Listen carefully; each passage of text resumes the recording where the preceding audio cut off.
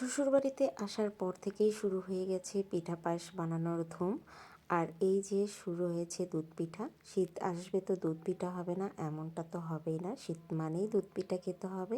Hello everyone, আসসালামু আলাইকুম। কেমন আছেন সবাই? আশা করি সবাই খুব ভালো আছেন। এই তো আলহামদুলিল্লাহ আমি অনেক অনেক ভালো আছি। ওয়েলকাম জানাচ্ছি নতুন একটি ভিডিও দেখার জন্য। আর এই যে শীতের আমেজে আমরা চলে এসেছি জয়পুরহাটে।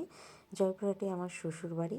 তো অনেকেই হয়তো জানেন, অনেকেই জানেন না। যারা আমার পুরনো ভিউয়ার্স আছেন তারা জানেন যে জয়পুরহাটে আমার শ্বশুরবাড়ি। তো সেখানে এসেছি আমরা, আর এসে এই যে শুরু হয়ে গেছে পিঠা বানানোর উৎসব।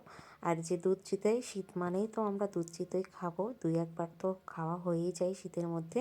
আর বিশেষ করে আমরা বাড়ি এলেই খেতে পারি, কারণ আমাদের বগুড়াতে আমি বানাই না, যেহেতু আমি বানাতে পারি না সেহেতু আমাদের খাওয়া হয় না খুব একটা। আর এইদিকে পিঠা বানানো হয়ে গেছে। প্রথমে আমরা খেজুরের গুড়ে ভিজিয়ে রেখেছিলাম পিঠাগুলো, তারপরে দিয়ে দিচ্ছি দুধ।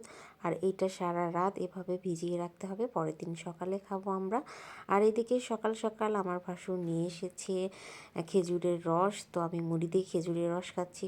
ছোটোবেলায় কত খেয়েছি আমার নানা বাড়িতে খেজুরের গাছ লাগানো হতো। আর তখন আমরা সকালবেলা উঠে এরকম মগ নিয়ে দাঁড়িয়ে থাকতাম, যখন রস আসবে তখন রস দিয়ে মুড়ি দিয়ে খাবো। এই কথাটা আমার অনেক বেশি মনে পড়ছিল যখন আমি রস খাচ্ছিলাম।